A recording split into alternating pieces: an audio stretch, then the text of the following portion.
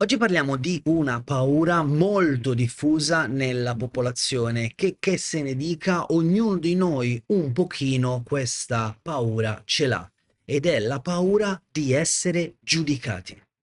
Rimani con me fino in fondo perché ti voglio spiegare bene che cosa significa. Ciao, sono Caruso Colzi di Ipnosi Naturale. Oggi ti parlo di questa paura, la paura dell'essere giudicati, perché mi capita sempre più spesso con tanti clienti di parlare di questo argomento, di trattare questo argomento, e soprattutto devi sapere che la paura di essere giudicati è una paura che tocca trasversalmente moltissime aree della nostra vita, e quindi è molto importante soffermarci per un po' e cercare di comprendere in che cosa consiste, dove va a intaccare, cosa possiamo fare e via discorrendo. Dammi qualche minuto di tempo perché voglio iniziare con una parte del mio passato. Vedi, io vengo da un piccolo paesino della provincia di Firenze, dove, come tutti i paesini italiani, insomma, un po' la tradizione è fondamentale, la cultura è un po' chiusa e soprattutto quando qualcuno riesce, come spesso succede in Italia, c'è molta, molta invidia. Questo fa sì che molte persone non esprimano se stessi, non esprimano le loro doti o non parlino dei propri risultati, perché altrimenti appunto questa invidia poi comincia a pesare nei rapporti quotidiani all'interno del paese, all'interno delle amicizie e via discorrendo. Tuttavia, continuando a comportarsi in questo modo, cioè cercando di non far vedere la nostra luce, la nostra luminosità per il discorso dell'invidia, e cominciamo a compiacere le persone e creiamo un ambiente mediocre, sempre con un profilo molto basso, e soprattutto cominciamo in qualche modo, senza nemmeno accorgercene, a manipolare le persone. Cominciare a non dire delle cose perché gli altri possano pensare di me questo o quello. È un po' manipolare le persone, ma questo tipo di manipolazione ruota a sfavore nostro, perché poi fondamentalmente quelli che noi chiamiamo amici in realtà non ci conoscono, o qualcuno ci conosce ma non può parlare agli altri dei nostri successi o di quello che siamo, perché sennò altrimenti si creano degli attriti paradossali. E lì caschiamo di nuovo nella chiusura mentale di ambienti piccoli che tendono in tutti i modi a tenere la propria tradizione viva e hanno paura del diverso e soprattutto, ormai lo sapete perché questa è una paura pazzesca, hanno paura del cambiamento. Infatti, la paura dell'essere giudicati è una paura che blocca essa stessa il nostro cambiamento, la nostra evoluzione. Certo, in alcuni contesti però non è così. Vediamoli. Come vi ho detto poco fa, io vengo da un piccolo paesino, ma ho vissuto anche in grandi città. Una fra tutte chiamiamo la città di Londra. E lì non ti giudicano, no, c'è una frenesia pazzesca, tutti quanti con i paraocchi a pensare a loro, c'è una egoicità incredibile e nessuno ha delle vere e proprie relazioni se non per vantaggi personali. In questo caso è più difficile essere giudicati o sentire la paura del giudizio, ma questo non significa che dentro di noi un po' ci sia sempre quella tendenza a voler nascondere alcune tematiche che escono fuori dall'ordinario, che escono fuori dal normale e che potrebbero essere fonte di disagio per le relazioni o coloro che si relazionano con noi. Capite bene che facendo così noi stiamo nascondendo una larga parte di noi, perché fondamentalmente siamo unici e irripetibili e quindi chiaramente siamo diversi da tutti, e la diversità, vi ricordo, è un problema serio per le persone che hanno il paraocchi. Sappiate che le persone close-minded, cioè con la mentalità chiusa, sono molte di più rispetto alle persone che hanno una mentalità aperta, disponibile al cambiamento.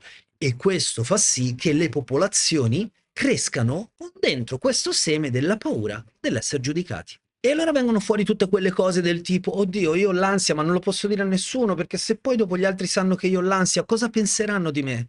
Oh, a me piace un certo tipo di cose a letto, ho dei gusti sessuali particolari, ma non ne posso parlare con le persone, non ne posso parlare con i miei amici, perché se no che cosa penserebbero di me? Capite che limiti ci sono? E ho menzionato soltanto due aree, in questo caso l'ansia e i gusti sessuali, perché sono quelle cose magari un po' più evidenti. Ma poi ci sono le passioni, ma poi ci sono gli hobby. Pensate a qualcuno che vi dice io ho gli hobby della pesca. Eh sì, vabbè, è abbastanza normale, ma se uno ti tira fuori un hobby un po' particolare, entriamo dentro un contesto della generalizzazione, ovvero a macchia d'olio, dopo che una persona ha puntato il dito su di noi, cercando di farci capire che siamo diversi o non siamo normali in quel contesto, ecco che poi dopo la relazione va a deteriorarsi e quindi per cui noi non manifestiamo noi stessi perché abbiamo paura di essere trattati in quel modo là. Però questo succede anche per certi lavori. Ci sono delle persone che investono tanti anni per arrivare a fare determinati tipi di lavori che sono un po' particolari, insomma, no?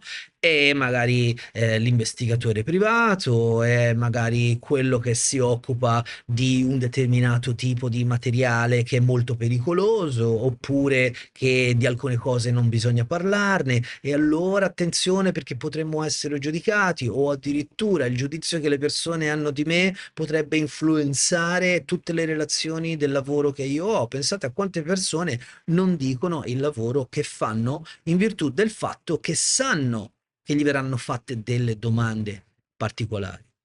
Un esempio su tutti è: ho tanti amici che si sono laureati in psicologia e che fanno gli psicologi, ma quando escono fuori, vanno a divertirsi e gli chiedono tu che lavoro fai, è difficile che dicano faccio lo psicologo, perché c'è immediatamente un giudizio, un'etichetta sul pettorale, ah, adesso io ti parlo di tutti i miei problemi, dammi una mano, perché tanto qui è una situazione amichevole, è una sessione gratuita, e questo succede anche a me. Tante volte evito di dire che sono un coach, evito di dire che sono un ipnotista, e qualche volta mi diletto a dire che faccio l'imbianchino oppure che semplicemente lavoro online e vendo servizi alle persone che vogliono ripristinare casa.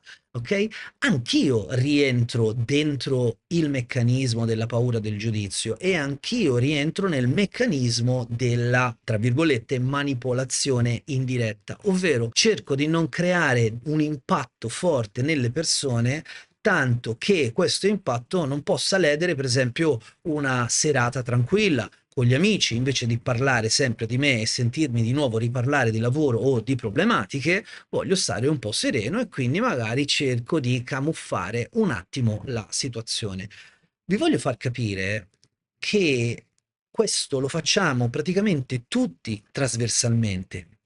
Anche perché, se hai visto video precedenti, dovresti sapere che noi abbiamo molta difficoltà a, lo metto fra virgolette perché questa parola non mi piace proprio per niente, abbiamo difficoltà a trascendere il giudizio. Noi inevitabilmente giudichiamo, è una funzione del nostro cervello e tende a difendersi facendo così. Noi mettiamo etichette su tutti, dappertutto. Vediamo una persona che è calva e ci facciamo immediatamente un'idea e gli disegniamo sopra una realtà particolare che abbiamo immaginato per processi di associazione o per processi di costruzione fantastica, non lo so, però dobbiamo stare attenti a ricordarci che queste etichette in qualche modo ci difendono, ci proteggono, ci fanno arrivare più velocemente a ciò che noi vogliamo comprendere, intuire, e quindi ci relazioniamo più velocemente. Ma quando la strategia delle etichette diventa un qualcosa che limita non solo noi stessi, ma anche gli altri, e quindi la relazione aperta che possiamo avere con gli altri, ecco che lì diventa un grosso, grosso,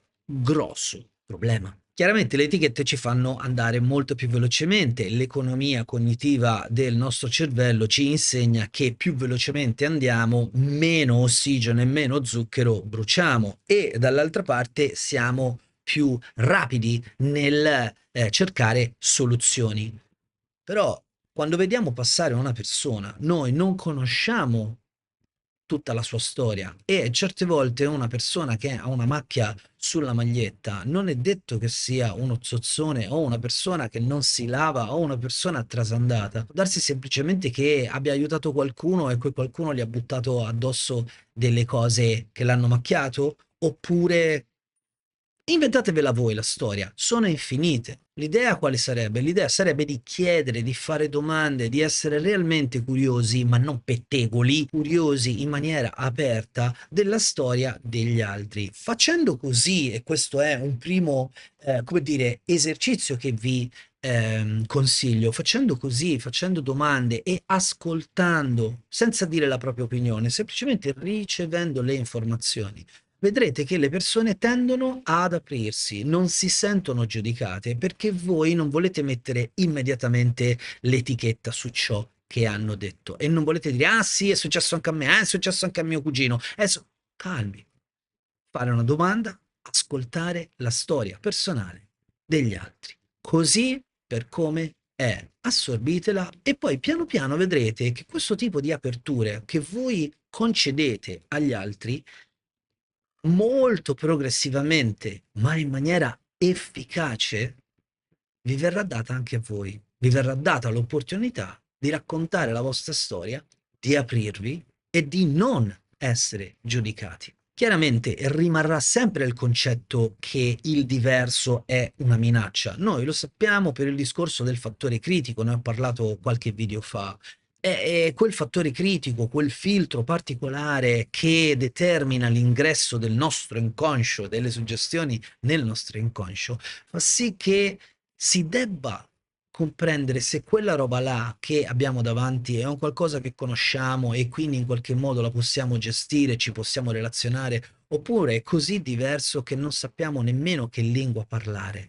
È molto importante ricordarsi che la diversità noi la avvertiamo un po' come una minaccia. Immaginatevi anche semplicemente la diversità dei sapori di un piatto che non avete mai assaggiato. Non è detto che non vi piaccia. La prima cosa che percepite è proprio la diversità, non sapete come reagire, non sapete come reagirà il vostro fisico. Ci va del tempo per imparare a conoscere quel tipo di sapore. Così anche con le persone. E allora che dire? Dovremmo manifestare comunque noi stessi a tutti i costi? Beh, mi piacerebbe dirvi di sì, perché secondo me la vita è un insieme di esperienze che ci insegnano a conoscere noi stessi e poi finalmente possiamo manifestare noi stessi contribuendo a questo grande disegno fatto da piccole tessere del puzzle che compongono una immagine, un disegno.